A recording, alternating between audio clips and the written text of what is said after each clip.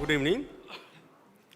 I think Kiren doesn't need an introduction because you can see him one of the most active ministers in Modi government. Somewhere he's cycling, somewhere he's jumping, somewhere he's playing cricket, somewhere he's doing something else. He's dedicated not only to his family but to the ministry he is committed. For him, being the Minister for Youth Affairs and Sports is a religion. I've never seen a sports minister like this in my life for 35 years journalism, who is thinking sports. Even in his dream, he's playing sports.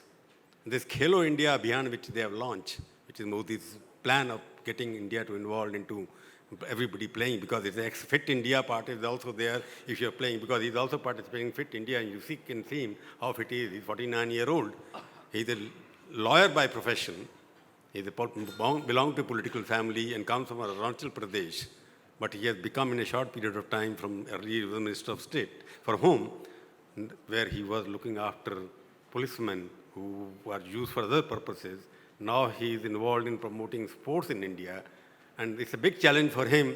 When I asked him once earlier also, he was concerned about it, that in a country of 1.3 billion people, we don't get 3 gold medals in the Olympics. For the last 50 months only we got. After that, we did not get it. And why only in India elite sports like cricket is getting all the money, but there's no money for football, there's no money for hockey, there's no money for volleyball, there's no money for indigenous games, which are Indians' game like anything else. So for him, the challenge is how the school should play sports, because I see most of the schools have no grounds even where the sports can be played. Most of the colleges have stopped playing sports activity. So it was just an extracurricular activities in many schools and colleges. Many of the students are sitting here. They don't play in the colleges. They are only studying most of the time. So he must be having some kind of agenda or roadmap where India also studies and also plays. That is what I would like him to enunciate and explain to the young India here, what is the agenda for Khelo India, make India healthy and educated at the same time, wealth come after that. Thank you very much, Kiren. Prabhu Chawlaji, ladies and gentlemen, it's always very exciting to be in Chennai. Tamil Nadu and Chennai in particular is a center for many things. When I come here, I see the surroundings and I learn a lot. After all, India is an amazing nation with different regions, with its own unique characteristics where we learn from each other and we try to stand together and share the experiences. I come from Northeast, which is geographically a bit isolated, and it's having its own unique strength and weaknesses. Last 1 week, I have been shuttling to South India, going to Mangalore, back, then to Tiruvananthapuram, back, and today again Chennai, going back. So for full 7 days, I was heading towards South India. Tomorrow onwards, I'll be heading towards East India. The Khelo India Youth Games for the 2020 is going to start from Guwahati tomorrow. Prabhu Chawlaji introduced me with my background, with my passion. Actually, that is my character. Wherever I am, I try to understand and be there. Not only physical, but mentally also, emotionally also. When I was in the Home Ministry, I devoted myself to the security of this nation, for strengthening of the security system, the apparatus, reaching out to the people. In fact, in Tamil Nadu also, I had visited here. I was the first Union Minister to visit the Sri Lankan Tamil refugee camps, visited many other areas. And in the process, I feel satisfied that I'm trying to do something which will justify my position. Now I have been given a responsibility to look after the promotion of sports in India, as well as the larger issue, the youth affairs. I also have additional charge for the minority affairs and looking after the 6 designated minorities in India. The greatest challenge before India today is how to utilize our resources. If you listen to the common people of India, we have many more things to do. The potential is enormous. But I normally don't talk about potential because potential on itself is nothing unless you really do something. How long we will be talking about potentials? For example, when I was a small child, we were talking about India has potential to win medals in the Olympics. That potential never translated into reality. We always say, okay, this Olympics we won till 1996. There was no medal. After 1952 Helsinki Olympics, we never had any medal in the individual sport. And after 1964 Tokyo Olympics, India did not win any gold medal. That was the last gold medal we won in hockey. Then in 1980, of course, the majority of the countries boycotted the Olympics because the world was divided into the Western Bloc led by United States and the Eastern Bloc led by the Soviet Union. So Moscow Olympics, India won a gold medal in hockey. And thereafter, India did not win medals. 1996 in the Atlanta Olympics, Leander won a bronze medal in the individual lawn tennis. And thereafter, again 2000, Karnam Malleshwari won another bronze in weightlifting in the Sydney Olympics. Then 2004, we had again one silver medal, Rajavardhan Rathore in shooting. Then, of course, the Beijing Olympics 2008, where I was there also in Beijing Olympics. I was member of parliament, but I went there as part of the official team. We won 3 medals for the first time, multiple medals in the Olympics. And then London Olympics, we won 6. And Rio Olympics, we came down to 2. I tried to make an assessment, what I said, potential. We kept on hearing that next time we will do better, next time we will do better. But it really didn't happen. We are a young nation. Just now, before me, the education minister was speaking about the young India. This is a reality. Today, India has the largest young population in the world. We form close to 20% of the young population of the world. Can you imagine it? One nation which occupies 20% of the young population of the world. When we say we are the youngest country, 20% of the young population of the world, and if we win 1 or 2 medals in Olympics, it doesn't justify our position. So the challenges is very, very difficult, but nothing is impossible. So when I assumed this responsibility, I had just tried to translate something which was in my mind for a long, long time. Since 1980 Moscow Olympics, when I was small, that time we didn't have the television, but we heard the news through radio and through a magazine called Sports Star. We used to read the monthly report in the Sports Star. So there was no analytical assessment or no direct information. We were not access to the standards of the sports around the globe. So over these long years of my understanding, my thinking about the sports, I got this opportunity when the Prime Minister Narendra Modi ji assigned me this responsibility to look after the youth affairs and sports. I took it as an opportunity. Prime Minister had constituted a task force committee for the Olympics in 2017, which I am rigorously implementing now.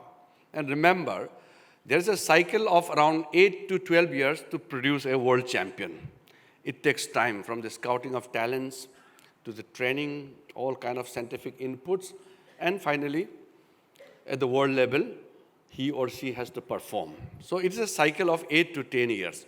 What we are implementing now in 2020, we are going to see the result in 2028 Los Angeles Olympics. That is why when I met the Indian Olympic Association and all the Sports Federation of India, as a sports minister, when I called the first meeting, I gave the target at the first instance itself. I said, Tokyo Olympics is just 7-8 months away.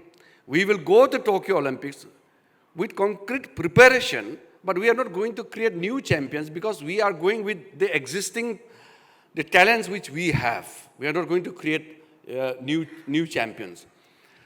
2024 is 4 years away, which is the Olympics in Paris. We have fairly a reserve pool of talents which we will showcase. But the actual potential of India will be showcased in Olympics 2028 Los Angeles. That is why I had made that big announcement as well as claim that by 2028, India will be in the top 10 in the medal tally in the Olympics. When I made this claim and this particular target, it's not rhetorical. I have made detailed preparation for that. A nation has to have its own parameters. If you see those nations which are considered to be prosperous, those nations which are considered to be rich, invariably they do good in sports. There are few exceptions where some of the countries are not very rich in terms of development, but they have excelled in few identified sports, which is because of the reasons like genetical, regional. There are various reasons for that. There are certain things which we have to understand. Sports has been a tradition in India. We read in those ancient texts also. Sports has always been a tradition in India. But sports could not be converted into culture in India. Sports have never been a culture in our country. That is why those who understand Hindi, why this saying was so relevant those days. People think that if you study, you will become something. If you play, you are going to be spoiled. So that is why in Hindi, it was said that खेलोगे कूदोगे बनोगे खराब पढ़ोगे लिखोगे बनोगे नवाब. If you play means you are going to finish, you are going to be spoiled. That means how society has progressed, there is certain defects, there is some dysfunctional approach within the society. We need to fix that wrong mindset which was prevalent in the society. The HRD minister had called the education ministers conference 2 months back. And we talked about education policy. I am official member in that committee because I am the Youth Affairs and Sports Minister. So during my speech, I had clearly stated, if a student scores 100% mark, but if he is physically, mentally not fit, then he doesn't serve the purpose. In life, you have to be absolutely fit and healthy. That is why we have launched this Fit India movement. If you see the index of the international parameters, India ranks very, very low, which is not a good thing for India as a young nation. Close to 70% of Indian population simply do not do any kind of physical exercise. Whether he's a student, officer, businessman, or any section of the society you see, 70% of the Indians do not do any kind of formal or regular exercise. It's very few people. People even think that, oh, those sports persons have to be fit. Otherwise, the rest, why should I be fit? I'm not a sports person. That was the concept. Even if you see some of the housing committee project developers, they come, they say, oh, we are developing in the housing society, we are developing swimming pool, we are developing gym, we are developing some kind of recreational facilities, as if it is something achievement. This is nothing to show actually. This has to be there. A house or a society or a village or a town, a colony cannot be complete without a sports facility. In the cities also, any of the developed cities you see, the pedestrian path, the cycling path, these are so integral to the beauty of a city or town. It is a must. You go to America, or China, or Japan, anywhere you build a house, the tennis court, swimming pool, gym, it is a must in every house. If the house is something like a flat system, then there is a combined one, but it has to be there. And here in India, we have to tell that we are building this. See, this is the facility as if this is something extra thing we have imported. These are, depiction of certain deficiency in the way we approach our life. If we don't have a sports culture in the society, how do we produce Olympic champions?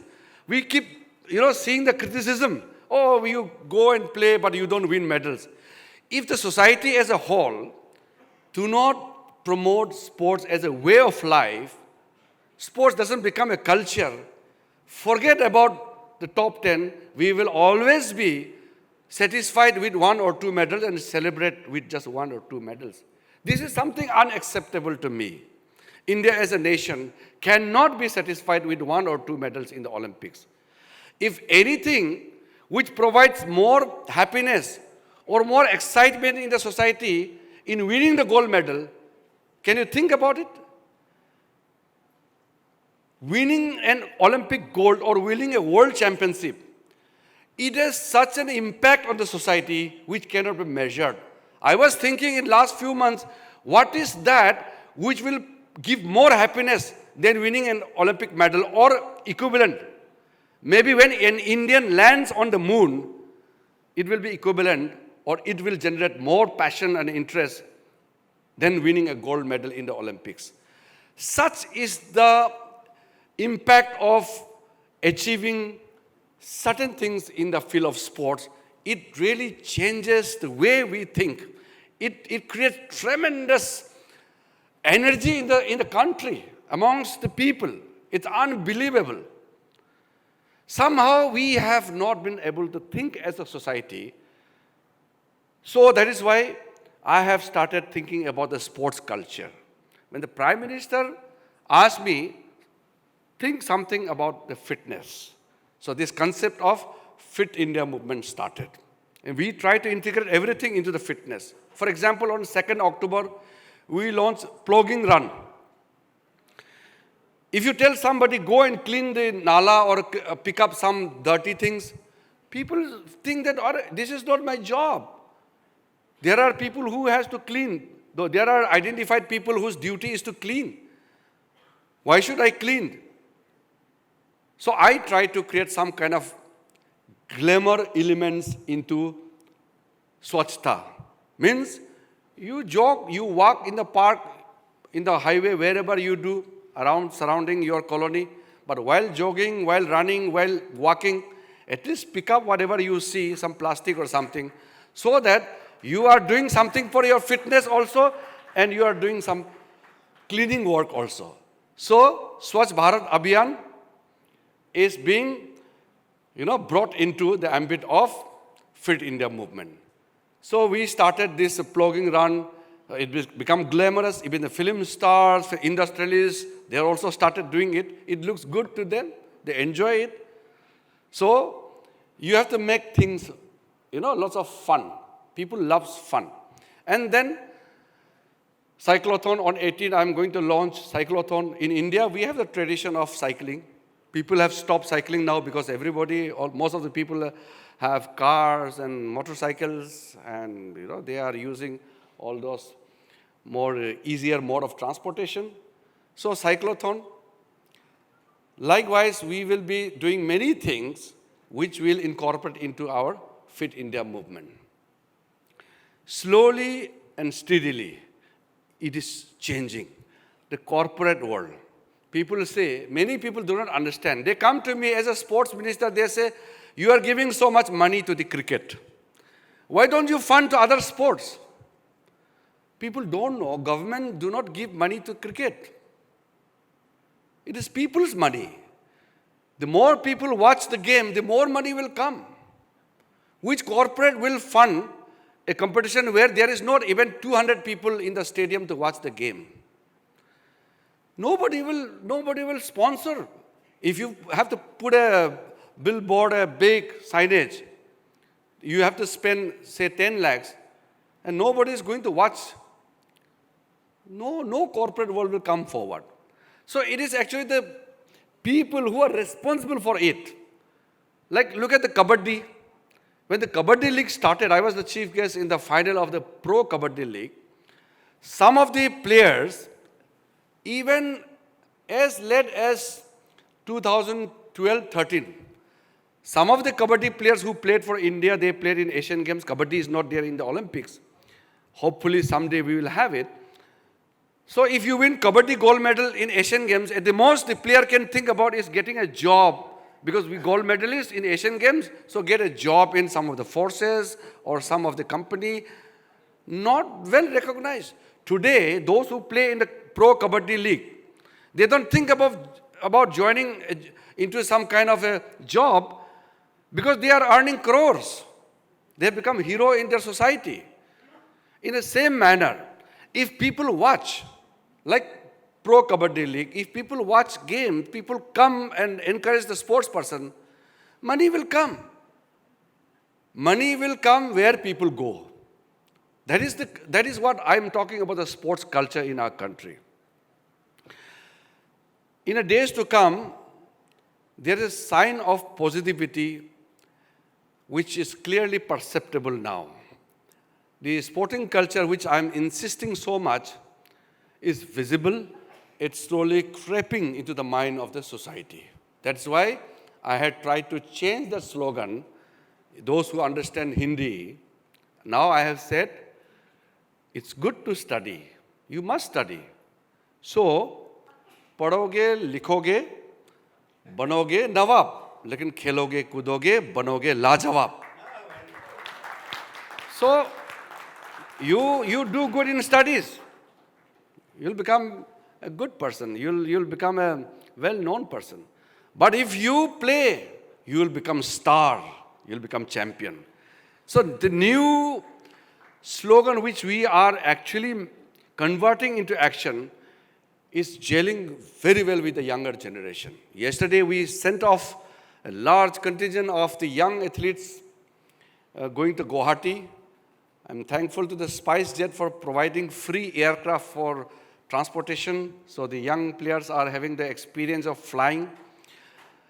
Today I just met the Tamil Nadu Principal Secretary of Sports. Tamil Nadu has also sent a very strong team. So this Khelo India is in a way driving the sports culture in our country.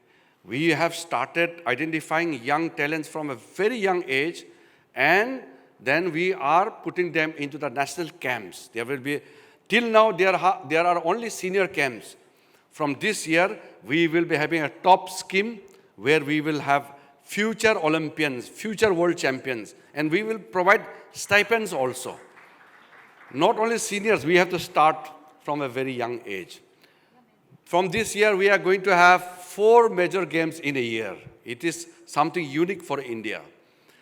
Khelo India Games, which is starting tomorrow at Guwahati. Then we have University Games, which we are going to have in Odisha. Then we have school games, Khelo India School Games, which will be below the age of 17. So below 17, 17 to 21, 21 to 25 is a university. And then in a place which is traditional games. We have indigenous games. So 1 year indigenous games. Next year, the games for the disabled people, the Divyangjan. So that's how we are going to cater the entire section of the society. You will see the changes in the years to come. We are initiating today. There will be huge, tremendous changes in very near future. I'm not giving a long target, but we are going to see the change. Then I am planning to have a new look into the adventure. In India, again, adventure is an alien word. We Indians are not adventurous by nature. We are not really outgoing. The few of the families have started. Few of the young generations have started, but it's not yet a culture. Adventure is so important in life. So we are probably drafting a new adventure policy, and probably I'm talking to many people, it should come out nicely. So we have youth policy, sports policy, adventure policy to ensure that we move towards a direction with a clear vision. Otherwise, we were almost like a directionless with regards to sports, youth affairs, and the adventure. So there are many things. This is a subject which I can talk, so much to share with you about my ideas, my thinking. But I was told when I came here, Prabhu Chawlaji actually told me to speak about Look East. So I was told to speak about Look East. But when I was discussing here, he said, no, it's better to talk about your ministry a little bit. Actually, when I was asked to speak, the topic given to me was Look East. Look East, I will not devote much time. I normally prefer to, respond to the queries. I love question answer much, but since I think we are running late, I will not dwell upon the Look East thing in a detailed manner, but I can say this much. There is a strong misunderstanding in the way we think about the northeastern India or towards the eastern part of India. You know one thing? Before independence, Dibrugarh in Assam, we were all part of Assam. Later on, we were divided into different states. Dibrugarh was the highest revenue earning district in the country. It was much richer than Mumbai. Later on, Mumbai became the financial capital, so the northeast started dwindle. Now, there is a revival. In 1993, the Look East policy was launched in Singapore. I'm sure those who are sitting here, you very well understand the topography of our region. So if you remove the political boundary and you just look plainly, the whole of Southeast Asia country, the ASEAN, actually begins from Northeast India. So Northeast India is the beginning of the whole stretch of Southeast Asian countries. And the eastern part of the world, China, Japan, Korea, it begins from Northeast India. Only 2% has a land link with the mainland. Rest of the region is having an international boundary. I see that as a situation where we can take maximum benefits, but many people see that as a problem.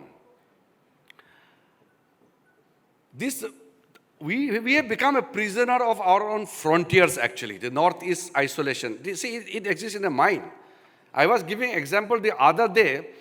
One coach, I think boxing coach, came to me. He said he is being transferred to Guwahati. He doesn't want to Guwahati. He wants to go to Bengaluru. I said, why? He said, there are some reasons, but Guwahati is so far away, Northeast is very far away, so he wants to be in Bengaluru. So Delhi-Bangalore flight is 3 hours, and Delhi-Guwahati is 2 hours.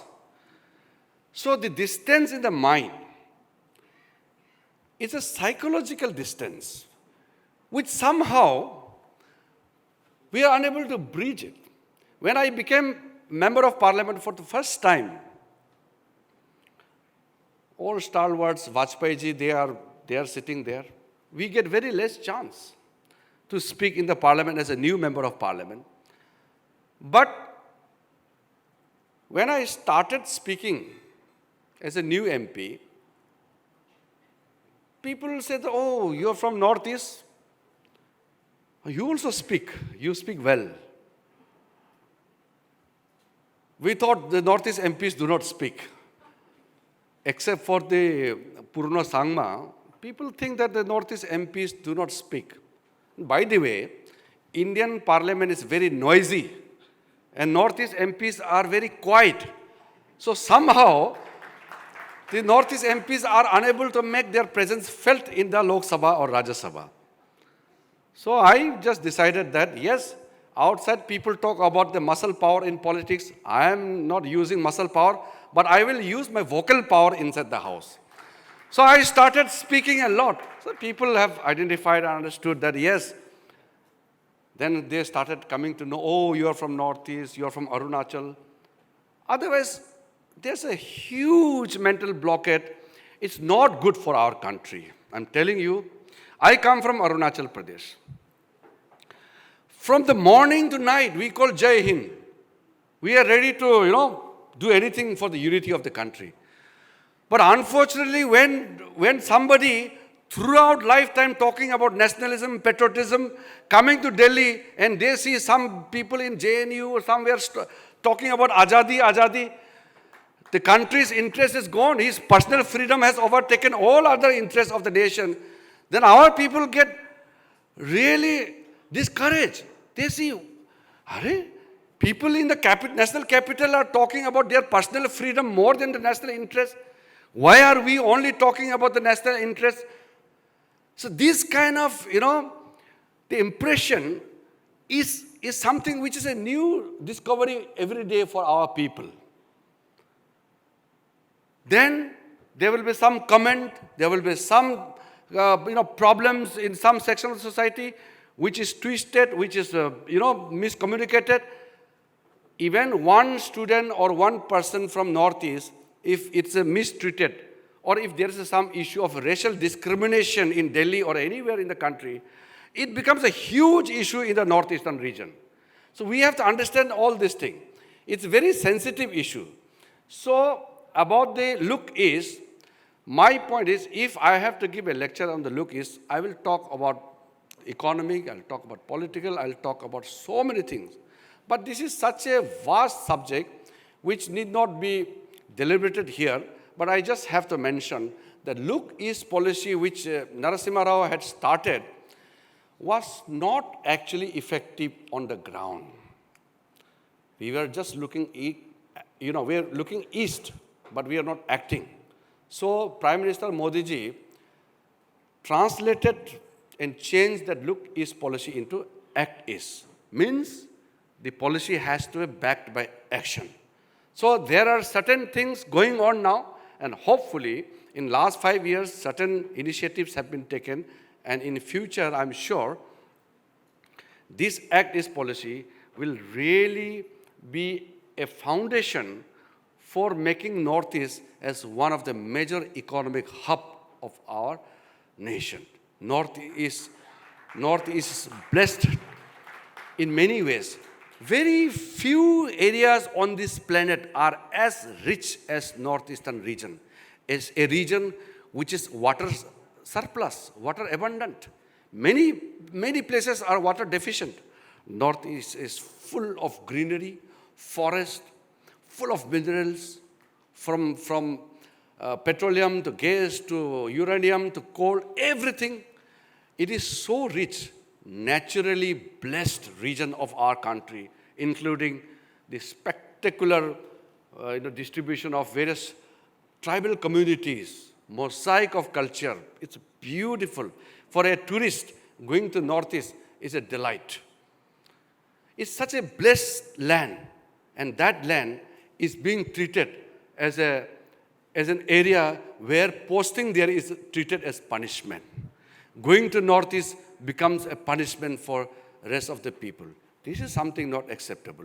This needs to be changed, and I'm sure with the initiative taken by my Prime Minister, we all are committed to that, and this is not only to be a government initiative, people of the India, people of the country will have to change the way in which they look at Northeast, they think about Northeast. Once it is done, then the Act East policy will really come into age, and I'm sure those people who are mostly living in the southern part of India, in Tamil Nadu, when you get time, you can make your vacation to Northeast, come to Arunachal Pradesh, my state, come to Northeast, enjoy. It's beautiful, and people are also very friendly, loving, emotional, but very loving, very caring. You will have best of your time, I'm sure. So I'm officially extending my invitation to all of you. Thank you very much.